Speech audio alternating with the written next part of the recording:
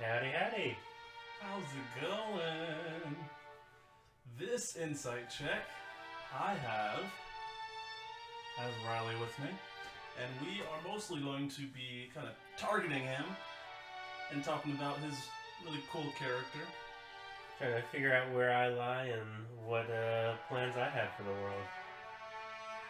But first, turn that down. Oh boy, music was getting loud up in here. Just a little bit. Making it a little hard to hear myself think. Who needs to think? That's true. That is very true. Okay. Hey Nervash, what's up, man? What's up? The music was pretty lit. You know, There we go. I'm gonna fix that bad boy right Yeah. now. There we go. Now we can still listen to it. Nervesh, how are you doing tonight? I'm doing great, Jordan. Oh. Good to hear. I'm doing great, Jordan. Thanks for asking. Okay, hold on. Hold the phone. Oh no! A critical fail. Wait, why? What happened? Why? Also, if you see us looking this way, we finally got the chat set up on my TV, so we're looking that way to just see all of it pop up. I mean, we probably could put the TV here so we don't like look off the side, but that's future us problem. That's too much. That's It's also effort because you'd have to like move a table or move a TV or. What? It's easier just to look over. Oh, fair. Well, maybe one of these days we will have more emote options. Maybe we'll do a 20. Yeah. So that you can roll a couple of those. Thank you for subscribing, by the way, since that emote comes from subscribing. For sure. So appreciate it. We love you. Also, Zinzendor, thank you for the 100 bits. Really appreciate that. How are you doing tonight? More so, let us know how you're doing, because you can't tell us right now. We're just like waiting. Yeah. You need some good critical rolls. Don't we all? Yeah, but like a critical roll can be a critical one. Like It can be a nat one. But So- that one can be good. There's been a few nat ones that like probably are horrible for me as a player, but for the story, they're like, that actually worked. I mean, yeah, Like maybe I shouldn't have succeeded there. those rolls that can kind of go either way. Yeah. Yeah. Like so for me, a lot of times when I get like stumped on a decision when I'm like in game as character, and like me as a human don't really know if my character wants to go left or right, I will just pick up a dice and roll it. And if it's high, I go with whichever way I kind of prefer, and if it's low, I pick the other. Like I'm not making a roll for like off of any of my stats or anything. It's just a raw roll. Heck, I do that in life sometimes. I'll be like, should I go out to drink tonight? Hey Google, roll a d20. Oh, it's a nat 20. Looks like I'm getting messed up tonight. The dice rule our lives. So Except a lot of times Google just gives me a 10 and tells me to decide for myself. So because you're rolling with Google, you gotta really put the dice in your hand and throw them out there. I used to have the dice ring. I don't have it anymore, so I need to get another one of those. I have no idea what happened to mine. It probably got destroyed. Probably, or it's in a drawer somewhere. Wow, Zinzendorf, someone likes us. Woo! All the bits. Someone likes us. What up? Look at you doing all the bits. Appreciate the support. Okay, Riley. Yes. First off, I am interested in knowing,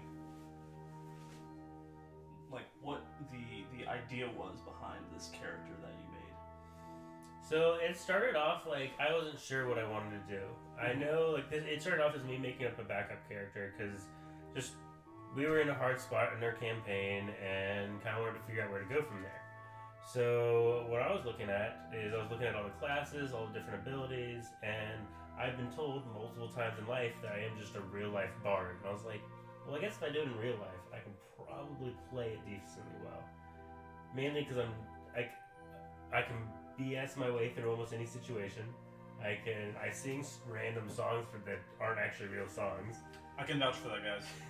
I definitely, maybe at least once or every single day, open the door to the house singing on my way in. So it can be annoying, mostly annoying, but sometimes it's endearing. Maybe, probably not. Probably more annoying. I mean, like, are we talking in D&D or just in real life? Both. Huh. To each his own, maybe? Fair. Can either confirm or deny that. Alright. But yeah, so that's like how I got off the bard. And I was looking through all the classes, and strangely enough, even though I am known as like a real life bard, I am also known as being very robotic in nature. And that a lot of my movements are very meticulous. I think through what I'm doing. And I found the Warforged class, and I was like, race, I mean. And I was like, that's awesome. So I was reading through it, and some of the quirks, I was like, that's super cool. Looking at their abilities, a lot of them I was just like, that's very interesting. At first, I honestly didn't think you'd be cool with it. I thought you'd be like, no, pick like a normal race. And then you were like... Is that indicative of my DMing style at all? I think before we thought about like tieflings, and you're like, well, there aren't many in the area. There aren't. I mean, I would more so tell that to you as like a warning. Yeah. Which, like, hey, this is what this you're gonna race is like out in this setting. I'm just letting you know. To be fair, I originally wanted to do like Enchanted Mithril, and he was like, that's gonna get you into trouble. It is. Yeah. And I was like, it's just Mithril, it's not. And then I looked at how expensive it was. I was like, okay, alright, maybe it would get me into a lot more trouble. My entire body was like stupid expensive. So guys, if you don't know, Warforged are like constructs that are made of stone and what? Wood? Yeah. Usually. Stone and wood, and they're living humanoids. They just don't need to like eat, breathe, sleep. They don't get exhausted, and yeah. So like some of them can be made out of stone, some of them can be made out of rock. And this guy was like, "Yeah, I want to be made out of mithril." I'm like, "Oh." I wanted like a shiny blue material. Like, do you know how expensive that is? Then I also looked at it too, because I was like, well, I don't want to be like stupid heavy. He would be dumb heavy. So, well, actually, mithril, because it's one of the light, or mithril, or however you say it, it's one of the lighter ones. But so one of my, actually shale, yeah, is lighter by like 50 pounds per cubic foot. Or I found a website that actually like breaks down all the materials in the D&D realm and how much they weigh. And you did that like as you were trying to make this character. Because I didn't want to be, because so my character is very small, so I wanted to make him small and like lightweight. But then I realized that it's stone. I can't make him that much lightweight. So instead, he's still, I think I'm like 200 and something pounds or something. At least. Yeah. So I'm quite heavy, and I'm only like 3 feet tall. But it just adds challenges. So yeah. And before we go into talking about like a lot of the things that happened last session and a lot of loot related things, I think it would be good for the viewers to get a background on your previous character. Oh yeah. Because you were basically in for like one session before we started streaming. Yeah. As loot. So like what was your previous character like? And for sure. All that stuff. But yes, my loot has only been in for one session. That's why you'll see me make a lot of mistakes or stupid decisions that a bard wouldn't make, because I'm still learning the bard. So before I played as Ricevin. I give the sigh there because it's actually Rickvin. I just didn't really read the name when I originally joined the campaign. I used a name generator. I came into it very lackadaisical. So Ricevin was a character that I showed up for. I was invited to join, and I was like, I've never played D&D in my life. I don't know what I'm doing. Make me a character. So they gave me lots of advice on who I should do, and they're like, yeah, do a cleric, make him a hermit, do etc. etc. And I kind of figured out a way around it. So Reisman was a cleric. He was with the group for, I guess, 7 months in-game time, something like that. Yeah. I'd say it was a pretty decent amount of time, regardless. Yeah, so he was with the group for a long time. He struggled with. He always so he was a very solemn character. Like when he would speak, he would still speak a decent amount, but it would try to be very logical, to the point, trying to figure things out. Because he was a learned person. His stats might not have said so. But his nature was. He was always going to libraries, reading books. One of the books that he always kept on him was The Princess of Light, which he had found early on in the campaign. But yeah, so he was that mainly... was like third session or I something. think it was. Yeah, I was at like a random vendor. And then I actually found like Princess of Light 2 at one point. Yeah, you did. At the library. Yeah. In the Underdark. Yep. So he was a learned person that took notes on everything. At one point, he ventured off on like, was it a 4-year spirit journey, and but yeah, mainly he was just the healer of the group. Didn't actually do as much healing as you would expect a cleric. He was mainly very adamant about attacking with like AoE spells. So lots of fireballs, and then more fireballs. I love that fireball. I love the fireball so much that it's the one spell that I brought with me. Because being a bard, you can bring over... Choose that. Yeah, so I was like, I gotta keep that fireball, because I gotta have that fireball. It is clutch. Yeah, there were a lot of moments where I was like, shit, he brought out the fireball. Well... Yeah, so it taught Jordan as a DM to not bunch his enemies up too much. I mean, I just do whatever... I do whatever I think the creatures are gonna do. And if they happen to be bunched up, I'm like, well... Riley casted fireball again. What can you expect? I almost fireballed the worms, but then I was like, we're on ice. This isn't gonna end well.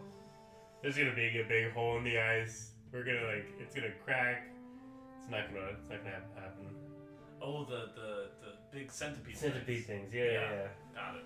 Yeah. So the big insects. Yeah, that was I thought about it. I thought about using a fireball there, and I was like, it couldn't. But that's why I was like, okay, do they like live in the water, or So, but it might have worked out in our favor. But who knows? Who knows? Never know unless you try. I did get to try out the suggestion that. I mean, and it worked out. Yeah. Like that might have been like a very different interaction had the leader not just been like, yeah, you guys can go. Yeah. Like, fine, let them go. Yeah, because I read through it a couple times. I was like, I think someone had, I was like, okay, I hope this works. Worst case scenario, he knows that I'm trying to pull one over on him, and we all die. Yeah, he would have if he had passed that check and kind of resisted your spell, he would have been like, boy, what? Yeah. Who the hell? Yeah. Just did that to me. And in super, panic mode. Yeah. Okay. So, now that I have some more information on Reisman, or rather the viewers do, because, I mean, I know everything about Reisman. Do you? I know... I know the year and a half of DMing Reisman. Fair. Okay, so, my first question that I have for you, loot, is what's it like playing a completely new class? Struggle. It is the hardest part about it is starting off at level 10. If I started off as a new character at level 1, you get to grow with the character. Things. Yeah. You grow with the character, you pick what you want, you learn your spells, and that's one of the harder things about being a bard, is you have to pick all your spells up front. So starting off with a new level 10 character, in theory, when you're playing a video game or whatever, you're like, yeah, I want to start off with max stats. No, you don't. It's, at least in my opinion, it's always great to start off at level 1, because then you get to learn the character. Obviously, if it's a class or a character you've played multiple times before, starting it off at level 10, wherever you want, might be easier because you're used to it. So it definitely is a struggle, changing mindsets. And actually, that one point where we went into the church, I almost thought about acting as Reisman for a second because I was walking into an actual church. So I was like, wait, nope, I'm a bard. I am Lute. I am not. I don't even have a religious alignment. Mm-hmm. So I had to. So that was hard. Well, I mean, if you want, like, we can make Loot level 1. I mean, make it really easy on you. As much as I would appreciate that from a character building aspect, or we can just like power build him. So he's like level 1 this game, next game he's level 2, level 3. You still wouldn't like that. I still would. It would take like what 9 sessions to just be where you are now. Yeah. You wouldn't like that. No. Yeah. So I actually appreciate it because I like challenges. Challenges in life are what get us to where we are today, and without them, things can't be too easy. So having the challenge of being thrown into a level 10 character to a class you've never played it's pretty fun. I spent probably a month before I actually played the character watching a lot of Bard videos online, talking to friends that actually play as Bard, rewriting my character sheet like 50 times, and I'm still not happy with the thing. But it's what I have. So, but that's how it is with a lot of characters. Build on it as you go. Yeah, and it's very interesting. Like I think the other day I was looking at my character sheet and realized I'm missing a cantrip spell. So I need to go back through my. Are you? Yeah, I only have like 3 or 2 or something. I'm supposed to have 1 more. I thought we set up 4. I think I deleted something because I broke something. So I gotta look back through and see what I deleted and we'll fix it. So I also that's the one thing is I switched.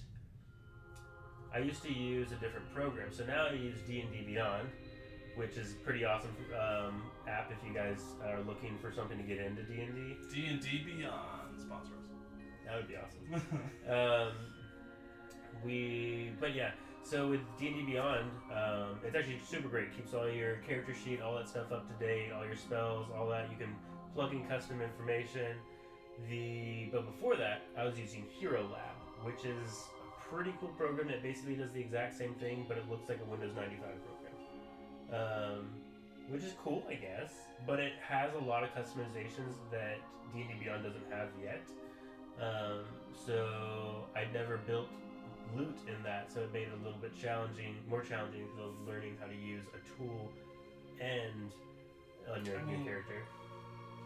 It's good though. I know. No, I like it. Yeah, the way D&D Beyond is set up is quite useful and beautiful. I've never built a player in D&D Beyond, mostly because I haven't gotten the chance to kind of play. I've just been DMing a lot. But when I never got to build a player for myself. Scratch. Yeah. But when I rebuilt Tatiana's and Valgabe's characters in there, so that they could have it and start to use their tablets and things. Mm-hmm. It was pretty easy. The things that I kind of have custom, since there's a lot of that, I had to add those in special, but it wasn't a big deal at all. Yeah, it's super user friendly. And that's also great too, because if you aren't into D&D yet and you want to get into it, the cost of the books in D&D Beyond are the same cost as they are in the stores. I personally am not a paper person. I like to actually have things digitally, so you actually get access to the full book, which is super cool. So for me, that's another big thing for moving to D&D Beyond is I never actually bought any of the books. I just borrowed people's books or just downloaded PDFs. Like a bum. Yep. Like a bummity bum. I like my technology. What does that say? Oh jeez. I don't know why that didn't come up, but Nervash gifted a tier 1 sub to Zinzendorf. What? Look at you go! Look at you go, Nervash. Appreciate it. Appreciate the support. I'm sure Zinzendorf likes it. Gets a free sub. Okay, I guess I'll have to take a look at that and see what's up with our alert boxes. Maybe they're just not set up for insight check. Yeah, they're probably not. I don't see it there. I'm only seeing the camera. And You aim to please, and you got a cool little gift cool icon new thing. new gift emote Huh. badge thing. I like it. I like it too. Now everyone can critically fail their roles. Fair. Zinzendorf, I want to see a natural F when you get a chance. I want to see it. Okay. What else you got for me? Oh man, I have a lot of things. I am sure. And then if you guys have anything too, if you guys want to ask any questions, like please. But any questions? We love to answer stuff. Yeah, anything about loot, the campaign, D&D, or like why the sky's blue? Life. Yeah. we're here to answer. We also aim to please, much Yes. like you, Nirvash. So, thanks. Okay. So in the meantime, while you guys are figuring out what you want to ask us,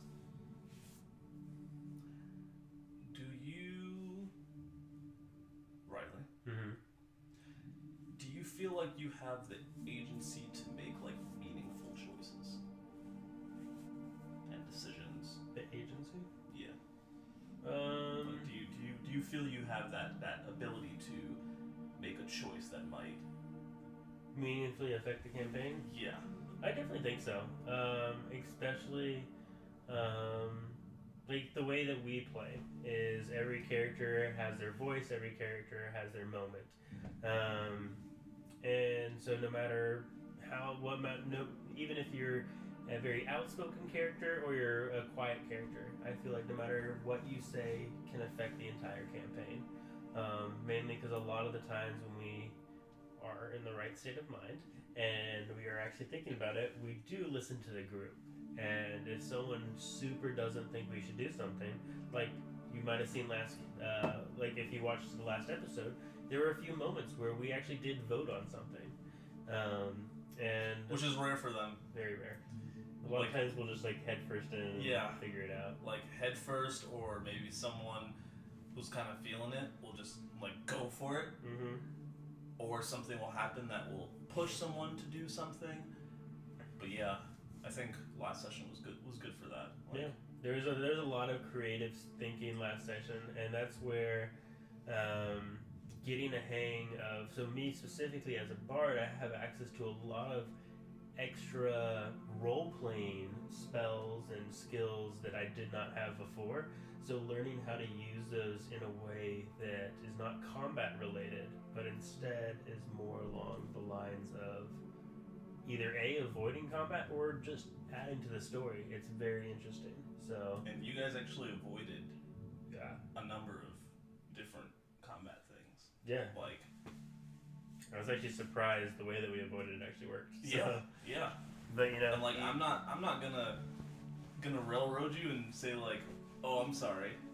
Yeah. What this encounter that I planned, you are going to it. So the hand of God pulls you out of the sky, slams you on the ground. The wind is just too much, and you end up falling on that ogre or that giant or whatever, and roll for initiative. Like that's not gonna happen. He's now awake. I mean, yeah. So I actually think that a lot of those spells and how you use them, especially for role playing stuff, can often like save you in the long run. Because if you get into combat, how many spells are you then going to use? Right. You know. Yeah. So, Yeah, that is one of the big benefits. And like even like one of the things that I need to get used to using more is just throw bardic inspiration, because I get that back in a short rest. Like so I can just throw it out like candy. I think I have like 5 of them or something like that. It's just like if you're not using your bonus action for a spell, it's like better bardic inspiration. Yeah. Bardic inspiration. And that's it's pretty big. It's like a 1d10 on whatever they want to roll. Yep. That's big. I mean, except for damage, but that's fine. Yeah. It depends on how you use it. If you use it correctly, you know, it change a 5 to a 15. If your second roll is just really good. I would not use a bardic inspiration on a 5. Yeah. I would just save it. Like, all right, this 13 that I know isn't gonna hit. Now I'm gonna use it. Yeah. I don't know, that 5 could be you falling off a cliff and being impaled on a rock. Oh, yeah, you're right. You're right. You might want to not fall off the cliff and fall into rocks and potentially die. Yeah. Nervash is asking some questions. Ooh.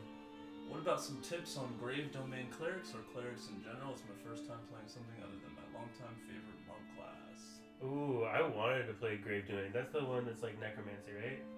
So, Reisman was actually like, when he started off the campaign, was very teetering on the side of Necromancy, because I think this was before the Grave Domain was out. Correct. But I was the opposite. I was the Domain of Light, which was the interesting part of his backstory. There was a way that I saw someone play a cleric from the Grave Domain that was super interesting and I want to try. So he played as a normal cleric, but as soon as a party member got to the point where they were about to die, he would ask them, "Why do I need to save you? I could just bring you back undead." And I was like, "Oh, that's dark, but I mean, you're not wrong." Pretty dark. So it depends on your alignment and how you want to roll for it. But like clerics in general, you can play them anyway. So a lot of people think of a cleric as just a healer. I definitely healed a lot as a cleric, but that wasn't my primary role. I actually played as probably the way I played it, I probably would have been better aligned as like what's the war class for clerics? It's like, I think it's just war. I think it's the War Domain. Yeah, I think the War Domain is what I probably would have been closer aligned with. Granted, I did like doing random stuff with light and whatnot, but I don't have my book on me right now, Nervash, so I'm just trying to look it up really quick. But yeah, as far as tips on clerics in general, you know, it's really up to you on like what you want your cleric to be. you used to play cleric, right? Yeah, I did for just a little bit. Like, if you want to focus on healing and being the support for the party, you can do that. If you want to be a badass who just throws out all these like high-level spells like Reisman and throwing out Fireball all the time, you can do that too. It's really up to you. But the class is very, very versatile. Like, it's not like older editions where, you know, you kind of pick the cleric and you're very squishy and you're just healing all the time. Like, you don't have to do that. Yeah. You can, but you don't have to. So it's really up to like what you want to do. Yeah. But on Grave Domain specific, I would say you definitely want to have, like, of course, spells that are going to restore people's hit points, because like you're going to get that Circle of Mortality, which is going to increase the amount of hit points that you're, you know, throwing out there. You get the Spare the Dying, and your Channel Divinity changes. So that's pretty cool too. Mm-hmm. Is that the magic? You? Oh, yes. You came for it. Yes, it is. Miss Tanya Pickles, we are very glad that you have arrived. Thanks for coming. We got some other people in chat too. We have Zinzendorf, who is blessing us with their presence. You got Nervash out here gifting subs. But yes, this is the magical beanbag, and we love it. It's so comfy. Yeah. I sometimes will sit up like watching anime, or I'm working on D&D. It's more likely that I'm working on D&D, and I'm like, oh, it's pretty late, and then I like go like this, and I wake up and it's 7 a.m. I'm thinking about getting one of these because they're not too bad. They're just, I don't know, thinking about it. Well, I would definitely recommend it. I'll send you the link. You already did. It's Okay. saved. I think it's on my Amazon wish list. All right. All right, it's just the buy now. So I just spent a lot of money on my car, so I'm holding back on buying myself a Christmas present yet. It is so comfy. Super comfy. And if you get one though, you need to fluff it. Jordan doesn't fluff his bean. You fluff it. You're not a bean fluffer. I'm hold back my joke. Miss Tanya Pickles asks, she has a rando question. Ooh. I can't read that. If it hasn't already been answered, I don't think it has. What inspires Loot? Like, what inspires you to do the things that you do? So Lute's main goal in life is... we actually haven't gone into Lute's backstory in the campaign. But so Lute mainly thrives being an entertainer. He just likes being noticed. He loves telling stories, and he just loves getting the admiration of others. So for him, his main goal is to take, like, that's the one reason why he loved joining the group, is that he would be able to learn these stories and be in part of them himself, so that when he comes back into a town and is telling the town about, oh, we, conquered this, did X, Y, and Z, he can then throw himself in there and be like, oh, I did this, that, and the other. So, like, his real goal is, so I play as a glamour bard, which, in all intents and purposes, the way the class is really made out, it's more like a pop star. So Lute really wants for himself to be loved and seen by others as someone they can, like, look up to at the same time as just be, like, in awe of. Does that answer your question, Miss Tanya Pickles? Let us know. 30 seconds later. That's the one thing. The delay does always kill me on streams. Happens. Yeah. To the best of us. For sure. And to the worst of us. Okay. I think the next question that I would like for you to answer is...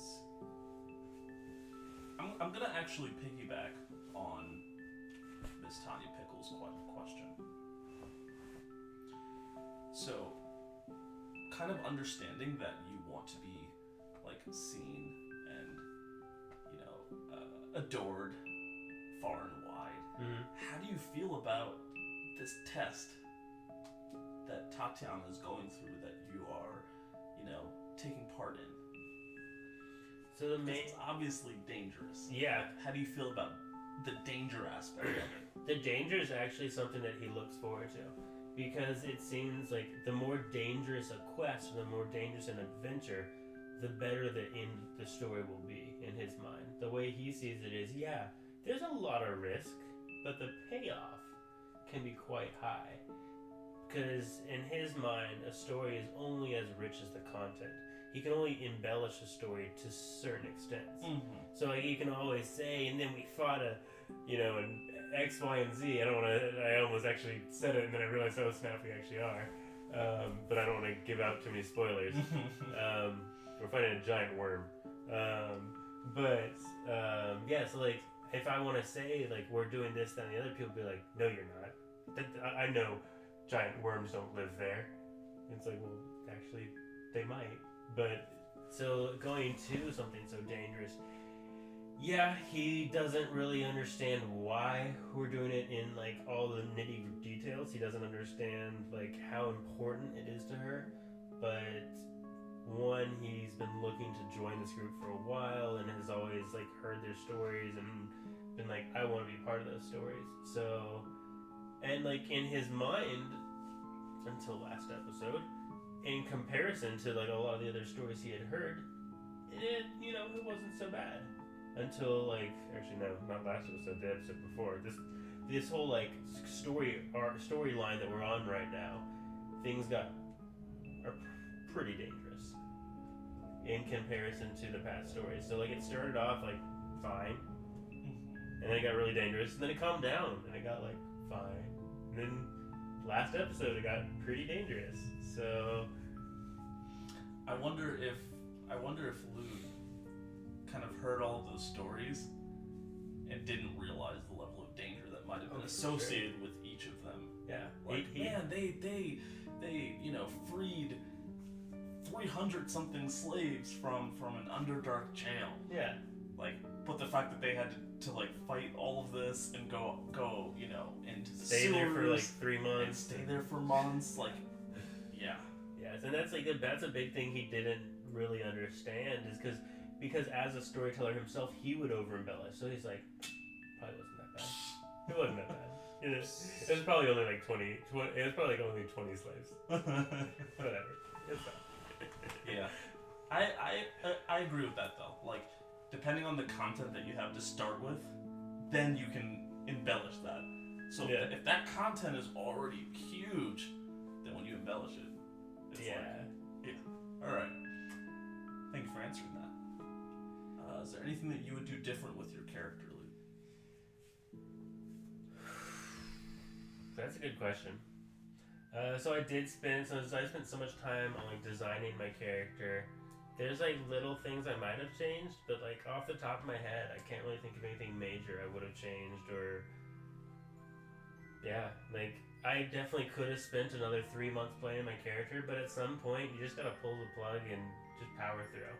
A lot of times you can spend an entire year in character creation for a single character, but I couldn't do that shit.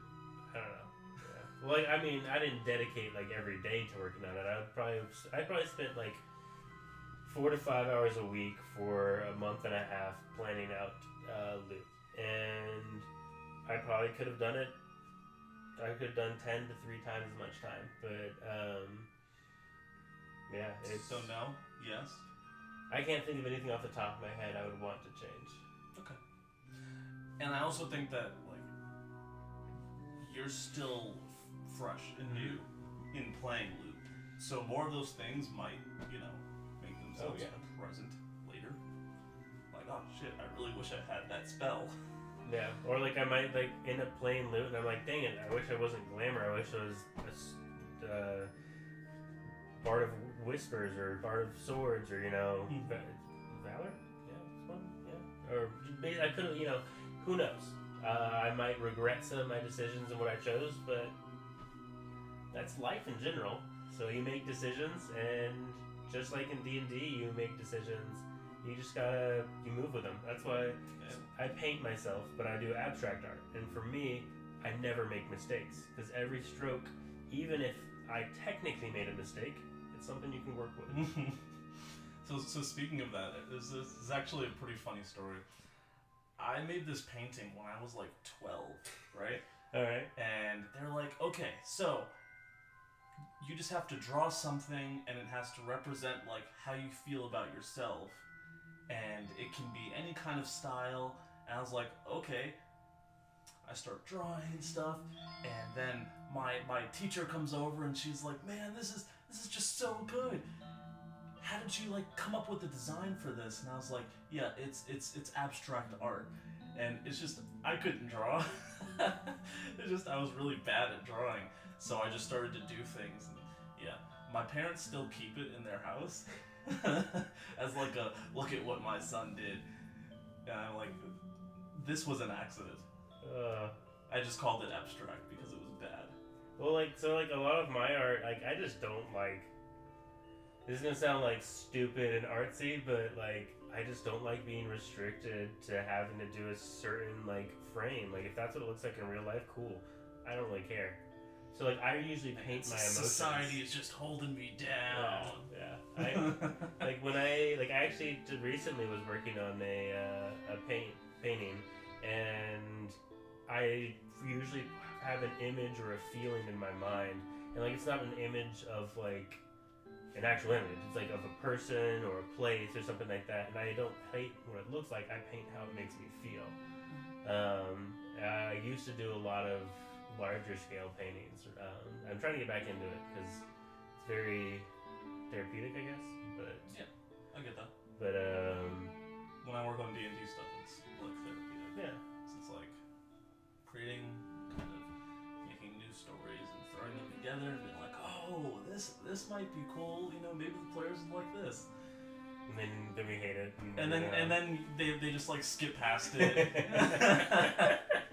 And Jordan cries himself to sleep again. Something happens and they skip past it, and I'm like, I'm not gonna railroad them. It's fine. I spent like 2 weeks. It's fine.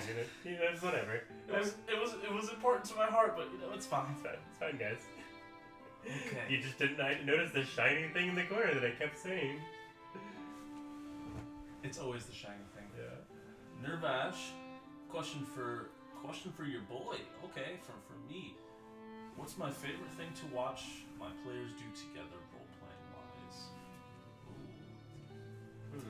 So, I really enjoy when my players plan things.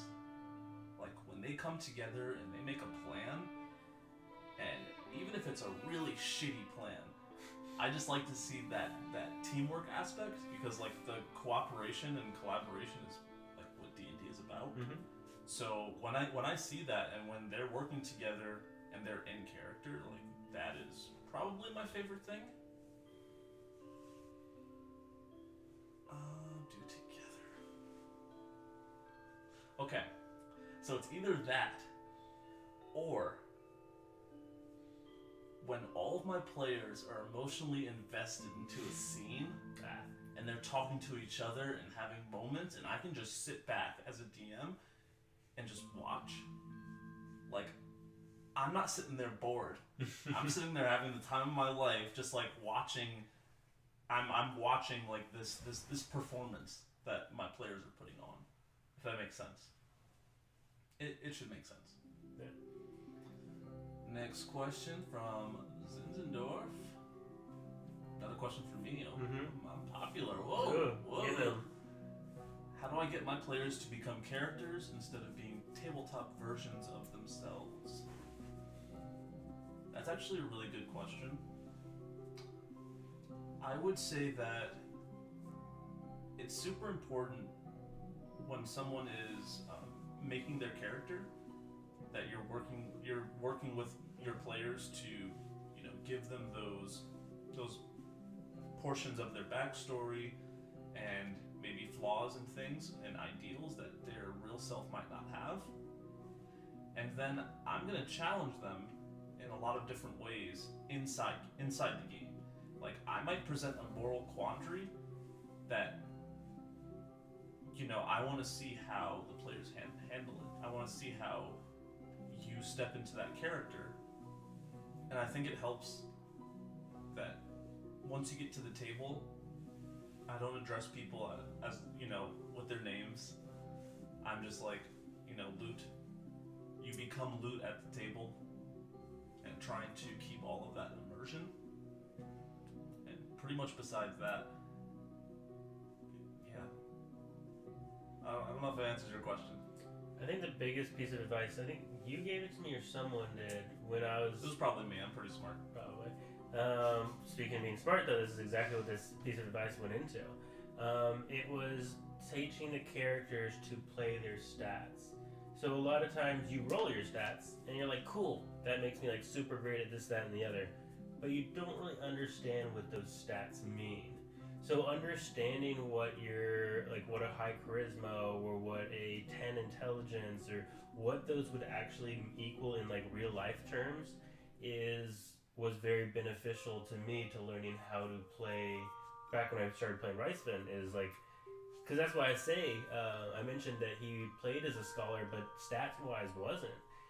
So that's why I had to play it very specifically, because like I originally started off my character as being a scholar, but like I think my intelligence was only like an 11 or 12, so he's not dumb. Mm-hmm. He's above average, but he's still like not super scholar. So that was a big thing for me that helped me get immersed, just learning what stats actually meant. It is really tough for me to play a dumb character. Because I'm like... Because you want to say to do something. I want to say to do something, I want to plan, and I like try and... I try and stop myself from thinking with a DM brain, but there have been like one-shots that friends of mine have hosted that I've played in, and I'm like, okay, my intelligence is an 8, and I'm not very wise. Yep. So I'm not gonna be the one to like start coming up with all of these elaborate plans. Yeah. That doesn't make sense. And even though that's me as a person, I have to play. What would my character actually do? Mm-hmm. Yeah. So that would probably be all that combined is the answer to your question. Thanks for asking. Question for loot. I can't read that. Ooh. I don't have my glasses on, so like I'm struggling to read them on there. I should have put them on. It's my bad. What is your favorite thing about role playing as a bard, and how you interact with your party? I think the main thing that I love about role playing as a bard is you're given so much freedom. Especially the way my character is, I have a lot of spells that are just for they're like, they're just like random that I don't really need for like battle tactics, but like prestidigitation or I can just make minor illusions of stuff. What's another like basic, but like a lot of spells like that can add into the role playing aspect that I never really thought of before. It's also the fact that I have like a musical instrument built into my arm. That's why like part of me wants to like. So like it happened last game. Someone was doing something and I was like, and then like I retconned it afterwards. But like I wish there's a way I could do it live in game without it being like super annoying. What? Like when Tatiana was running, I wanted to be like playing notes each time I did a step, and it's like it's hard to do stuff like that. So the best way that I have learned to role play it is either to say it in the moment or go back and be like, oh well, when you were doing that, I did this, that, and the other. Because you don't want to interrupt the role play that's actually going on just to add in a little bit of flavor text. So it's definitely it's an interesting line to balance. And so you gotta like sneak in. Like, yeah. By the way, I did this. While you're running. Yeah. Yeah. So it's definitely interesting. Wow, you're interesting. Very interesting question. I'll read it out for you. Okay, thank you. This is a question for us both from Nervash. Do you guys have any more plans for doing any more types of role-playing style games like Monster of the Week or some more one-shots with special guests similar to your post-apocalyptic episode? I guess that would be a question for me. Yeah. So, Nervash. Yeah. I don't currently have any plans for any more types of role-playing style games. I don't know what you really mean by that. Like Monster of the Week. I'm not completely sure. If you can give me some more clarification on that, that'd be great. However, as far as one-shots with like special guests and stuff, yeah, we're gonna do that. Yeah, we really did enjoy the one shot we did last time, and I think it's nice to have something like that to mix it up. It is. And it's not too hard for us to do, but it does take a lot of planning and whatnot. So there's a lot that goes into it, at least from the DM aspect. I actually really like one shots because they're easy. Yeah, because you plan just for one day. You don't have to plan for if they end up doing this, what are my counters? You just have to plan for a few counters, and figure it out. Yeah, preparing for a campaign, guys, is. It's a lot of work. It's a lot of work, especially if you're preparing for a campaign that's homebrew, like completely custom. You have to think about like these choices that your players are making, or like the path that they're going down. What effect is that going to have on the entire story? And you also have to think about like at this time, what's going on elsewhere. What are other characters doing? What are other forces doing that the players might not have even met yet? Or like the enemy of the moment is Bisno, who is possessing Amartos. So like, what is Bisno and Amartos doing right now? And like, I have to know that, because if one of my players decides to do like a scrying spell or something. Yep. Or they figure out something they want to like look in or do a sending spell. I have to know, what was this person doing? Yeah. Yeah. I think. Do you have sending? I do not. You did as I did as Rice Spin. I actually did heavily consider taking that because it is such a useful spell. But I think so as a bard at my level, I'm given, I think it's 2 spells from other classes, and I took Fireball and Revivify. because fire revivify super clutch. useful. Yeah. Comes in clutch. So, especially so that was the one spell. So actually, both of those spells were very meta of me to take. I took Fireball just because I loved the spell itself, and I took Revivify because I knew I was leaving a cleric from the party. So I was like, and as a bard, you do play very supporty, so it doesn't go against it. So. I mean, if you're in the character creation process, I don't think it's that meta. Yeah. Just find a way to explain Why? Why. Yeah. I would say that Fireball and showing this big explosion and power is one of those things that Loot would like.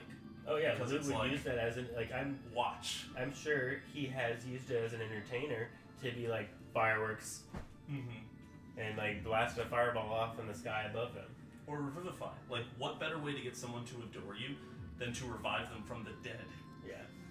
I did. It was close. I was either gonna do revivify or raise dead, because both are super clutch. Because raise dead, it's 10 days you can bring someone back or something broken. But to kind of answer that question, to answer that question, we have more one-shots. Yeah, one-shots are gonna happen. So we will have fun things happening, and when they do, we will always keep you informed. So just stay tuned and make sure that you're, following us and stuff, and that's it. Now, the next question.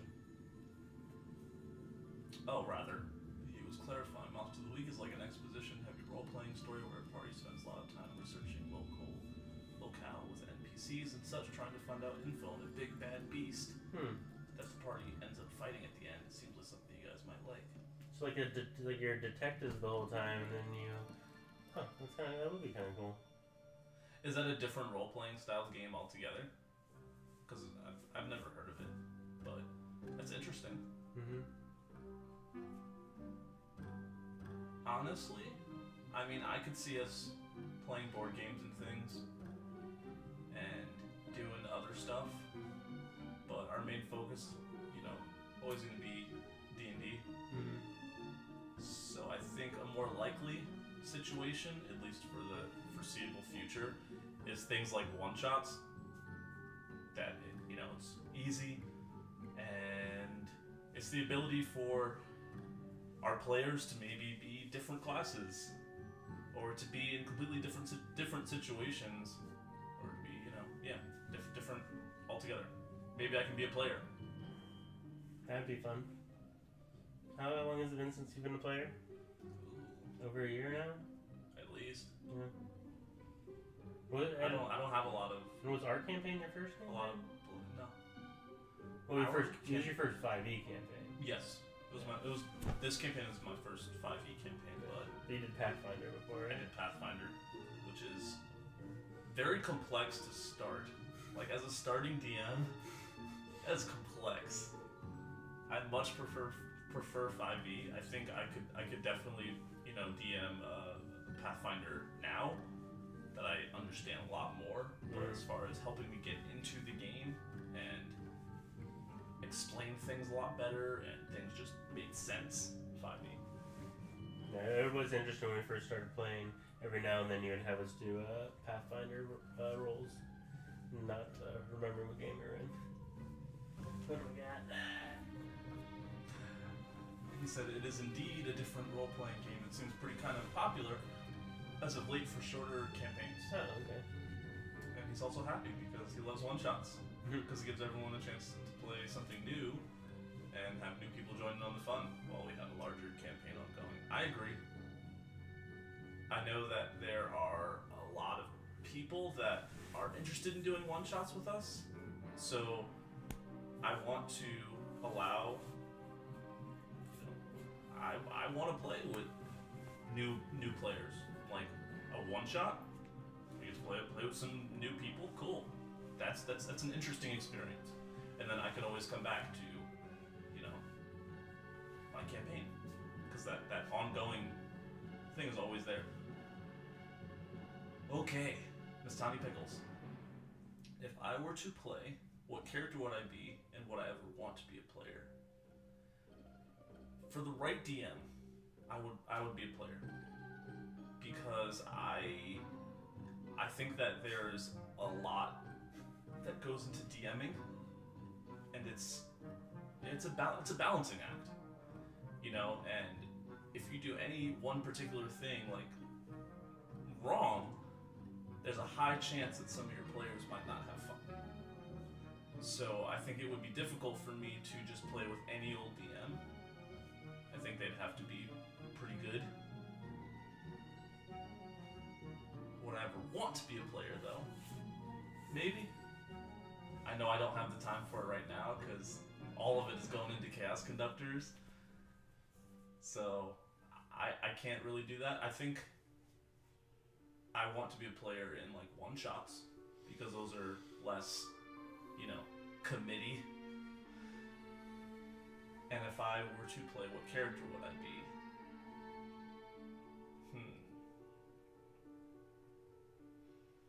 I'm assuming that you mean class.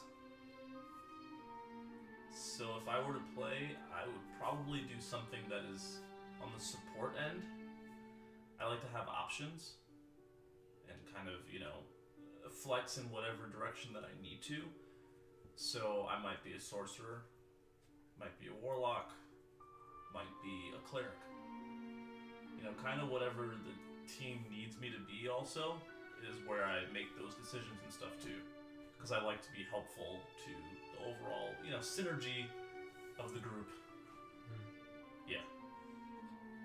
I think my next class would probably be a sorcerer or warlock, just because they seem like fun classes to play. I love the magic aspect. Mm-hmm. Part of me, part of me just wants to do a fighter build too, but like being able to just sit back and just throw stuff and do ranged or close. Like my favorite spell from Ryzen was, what was it? What was my stupid, like my boop spell? The necromancy spell. Inflict wounds. Inflict wounds. Yeah, inflict wounds. That was a super clutch spell.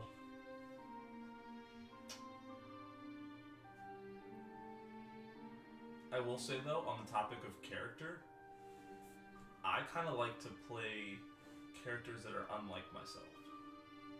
Because I like to step into the shoes of something else and like act that out. You know, it really gets me into the role-playing sense. Because these are things that I would never do as a person.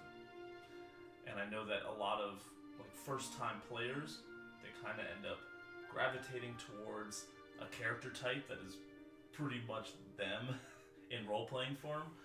So as you make more characters, you start to develop that sense of, you know, I'm gonna try something new. I'm gonna, you know, why not? Yeah.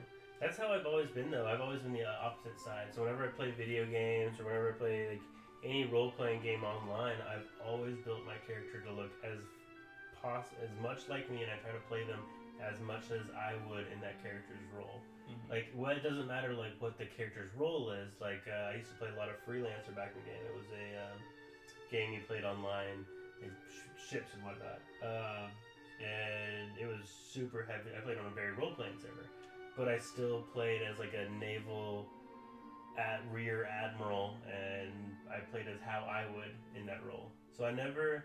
That's like, I like that you do that. I never truly take on the act. It's how I would act in that situation. It's not how that character would act in that situation. Yeah. And that's how I played a lot of it. I take it pretty seriously.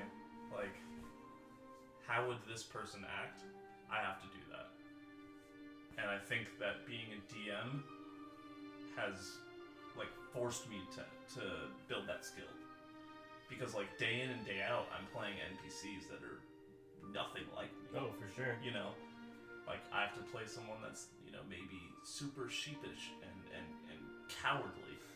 Like, I don't think of myself that way, but that NPC is. So yeah. I have to step into their shoes and kind of be them. You do a damn good job at it. Thanks, man. Thanks. Question for me. Yep. If I could play any type of character off the top of my head, what kind of role or race would you you guys have the same question. Same question. I'm just reading. Okay, so I'm gonna skip yours. Actually, I didn't answer. Your role is gonna be support, and race. I like to do weird combinations. Like you always hear about the Elven Ranger. Mm-hmm. You always will hear about like the half-orc barbarian or the Goliath barbarian. Maybe I'm gonna be like a Goliath wizard. That'd be pretty dope, actually. Like the stats aren't gonna work. That's fine. But like creating the story of this Goliath who might have been part of a tribe and they're born and raised to fight Mm-hmm. in like melee and he's picking up his books. He's like the outcast. Yeah. See, I'm already coming up with a story. There, boom, you got it. Just from picking a weird role, a weird race that might not normally be with the class. Yeah, that's another reason why I like doing a Warforged Bard, because like I looked it up and like every site was like, it doesn't make sense, don't do it. I was like, every time I saw someone say don't do it, I was like, do it, got it. I'm doing it. One of my followers on Twitter Yeah. saw I did a clip of all of our character cards, Mm-hmm. and they were like, "Oh man, this is so cool!" And like props to the player, and they were talking Yeah. about yours, like props to the cool idea of like the bagpipes that are in your body. Yeah. It was a cool idea. It was dope. It was a joint effort. I said like I want to do something like that, and we came up with something very good. And then our artist was amazing and made it look beautiful. Yeah. That's what I basically said on Twitter when everyone was like, "Oh yeah, we love this," and like liking it and stuff. I was like, "This is the person. Yeah. Here's her Instagram. Yeah. She did this." Like, she tagged me Yeah, in a it's photo nice. on Instagram the other day. I was like, yes. like it's nice and it's ours. That's cool. But like we did not make it. Yeah. Here, show her some love. For sure. And if any of you are interested, you can find her information down in the credits. It's Cassie. She does our art and stuff. She did both of these. The art assets like that you see on the stream are gem, but like the art like this, and the character cards and stuff, that's Cassie. Cassie did make me sad though, because when she made this one, I didn't want to lose Riceman. As soon as she made this one, I was like, oh, it was like I didn't fully want to get rid of Riceman, and then when she made this, I was even more turned. I was like, oh, it looks perfect. Yeah, and then I was like, well, if the only reason that you want to keep him is because you saw him in this, it's time to get rid of him. I mean, I had other ties to him. He was a character that I spent a year building. You're right. So, like, You're right. I had a lot of emotional ties to him. But you can I mean, I can already see you enjoying this character more. Like, this character is more you. You have a lot more fun doing it. There's more energy. yeah, for sure. You can be a goofball. Yeah. And, like, sometimes our conversations get way too serious. And that's what Lute's there for. He's there to, like, be super aloof and, just try to make your day a little bit better. He's a 3 foot tall, Warforged bard just running around with pipes sticking out of his back. I did really Just playing on his arm. I did really enjoy that I was too small to walk through the snow. It was so much snow. Yeah, just a little head just poking out. My little hat would poke out above the snow every now and then. Oh, Yeah, if you haven't seen episode 6, the monastic trial part 1, go and watch it. Because then part 2 will make a lot more sense. And this conversation will make sense. Yeah. Yeah, I don't want to spoil too many details. That's why I'm being very vague. I get that. Alright, Zinzendorf, I'm gonna answer your question now. Sorry. As someone who is also a DM, other than being very quick on your feet, what do you do when your players do something very unexpected? Okay. So, when I plan think a large portion of it is in your planning and in getting to know your players. So if you get to know your players and know the kinds of decisions and things that they like, the things that they're drawn to, you can start to predict maybe what kind of decision that they're going to make. However, in a game of infinite choice, among 6 players, you will never, I mean never, plan enough. So at that point, that's when improv comes in. That's when you just have to be quick on your feet. And something that's super important is building out the area. Like if you know what's here, like I'm sitting in a room right now, right? If I know everything that's in this room, where does that wall lead to? Where does this wall lead to? Because if the players just blow like a 5th level spell and break down the wall, you need to know what's behind that wall. So, I think that helps. Like knowing where everything is, if a player happens to stumble upon it, like that wasn't one of the choices, but since I know the area, I know the layout, easy. Yeah. One thing I did, so I've watched a lot of D&D videos now because the more you watch, the more you learn, the better of a player you can become. One thing that I think Puffin Forrest, I think is who was saying this, but basically the way he does it is he might plan a very elaborate encounter. The players, and to encounter that, they need to stay in the village. The players decide that they want to go to a different village. So instead, he keeps his original plan that he wanted them to do X, Y, and Z, changes the characters in it, and just puts it in the new place they're going. So instead of all his effort that he put in planning this, he just changes it around and makes it fit to what the players are doing.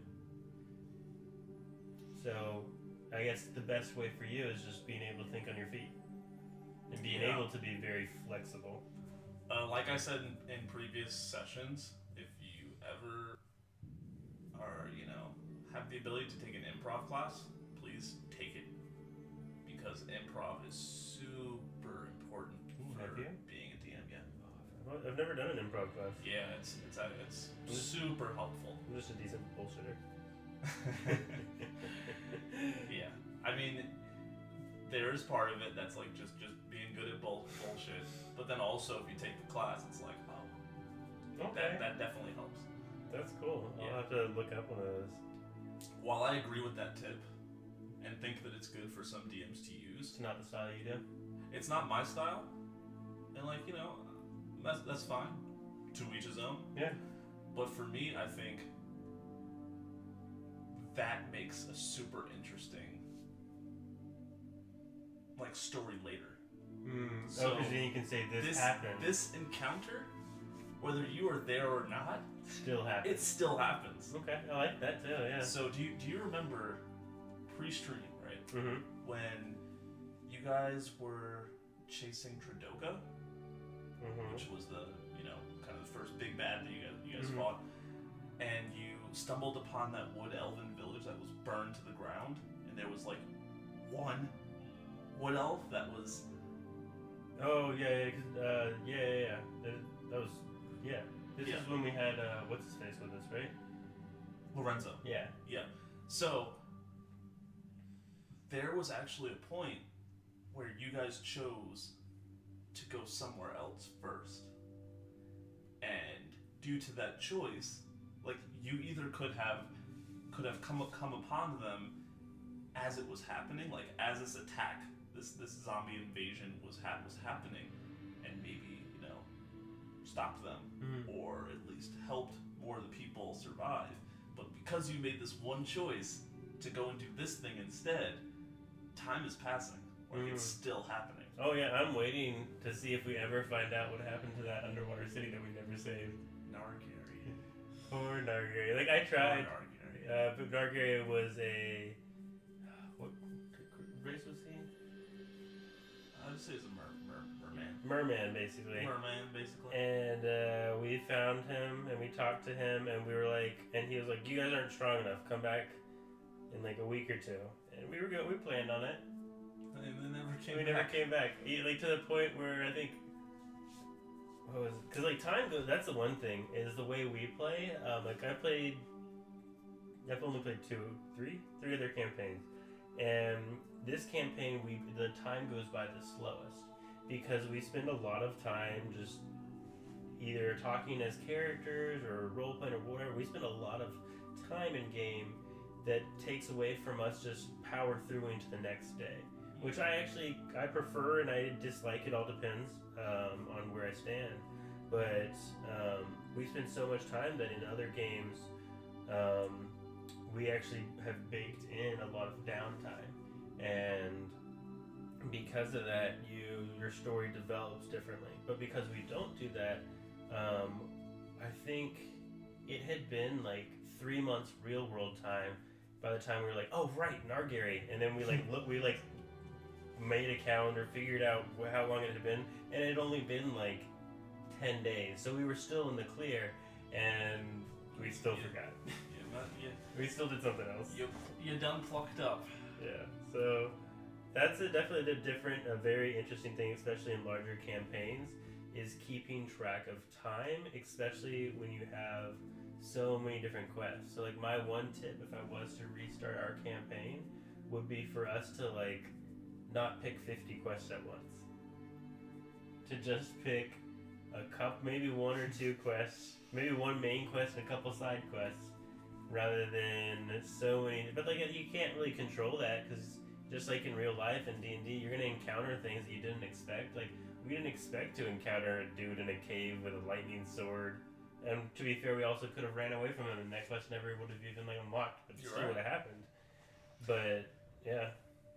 And I think early in the game, Okay. what was important for me was letting you guys know this isn't a like I'm not leading you through this adventure. Mm-hmm. It's not a linear. It's not linear. Mm-hmm. Like I build the world, and you guys are free to explore it and do whatever you want. Yeah. So like where you want to go, and what you want to do is completely on you. And they're like, okay, we're gonna go here, and yeah, we'll accept that quest. And yeah, we'll do this, and we'll do that. And we had this huge board just full of quests that are just unmarked. And it was like finally like so long into the campaign before you guys were like, finally got one of those done. Yeah. And we got another one done. Yeah, we weren't really questing, to be fair. We were kind of just like chilling, just doing what we do. We would do like part of one quest, then do another part of another quest, and then we'd get to a town and it was under attack, and we'd do that, and just did it. I'm still upset about that fortress, though. Still upset. Basically, we vanquished, or there was like some evil dude, I forget who it was, that was living in a fortress. Literally Tradoka. That's Tradoka. Yeah. I'm bad with names. And we killed him, cleared out most of the fortress, left like 100 children in there burning to their death, whatever. And I'm pretty sure, because of the influence we had and what we had done, we could have asked the city elders, being like, what's up with that fortress? They would have been like, well, no one owns it right now. And we could have probably taken it and then sold it, or taken it and kept it, but... Alright, we have our last two questions, and then we're gonna end for tonight, because we're actually past time. Oh no! Oh, sad. Yeah. So, is there first she asks, is there ever a point in the campaign where you just feel bad for the characters? Is there ever a point where you're like, dude?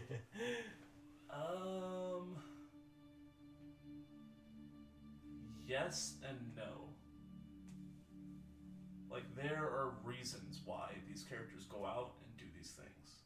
Like, since Tatiana is, one of the main characters, like, kind of going through a lot of her stories type stuff right now, she could have always just said, you know what, I'm going to just be a peaceful monastic, like Eno Fan, and just sell tea for the rest of my life and not take revenge or anything. So like she sought out this adventure because she wanted that revenge. She wanted to get stronger and vanquish this demon. So a lot of the things that are happening, I feel on all sides of the party are because they want to do that. Like they could just have a peaceful life. They could be a farmer. And I'm gonna skip to that last question. For me, for world building, what inspires me? Do I study, read, or watch anything for direction? Pretty much anything that I can perceive, anything that I can understand, and I'm looking at, or I'm listening to, or anything can be inspiration. Like, I use everything. There have been times where, like, I drove to Maryland in July, and at some point in time, I was driving by and I saw like grass and stuff on the left hand side of me. Some of it was like burned, some of it was like pretty high, and I was like, that would look like a cool scene in D&D. You know, how could I take that and put some kind of fantasy flair on it? Or I see pictures that have like very vibrant colors, and I'm like, oh man, this would be a super good forest in the Feywild, where that's a big thing there, like color, vibrance. Yeah, I really read. I read articles, watch TV, watch anime, and I consume other worlds. Like I watch streams, I watch podcasts, I try and support other D&D peeps, and yeah, that's about it. But I feel like no idea is really like original nowadays. So you take bits and pieces and you make something new. That's about it. I think you did a good job at it. I've never been disappointed in your story. World building.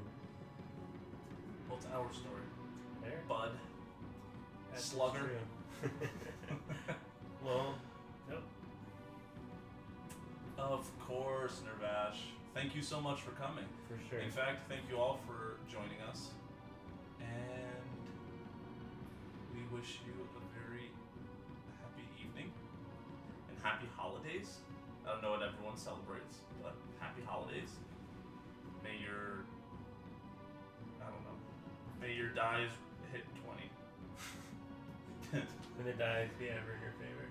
May the dice be ever in your favor. Never mind. One of these days, I'm just gonna market myself as like that awkward guy. Do it. Yeah. Alright, well thank you guys. Merry Christmas. Merry Christmas. I can't wait for the next stream either. We'll see what happens. We'll see you guys soon. Tune in.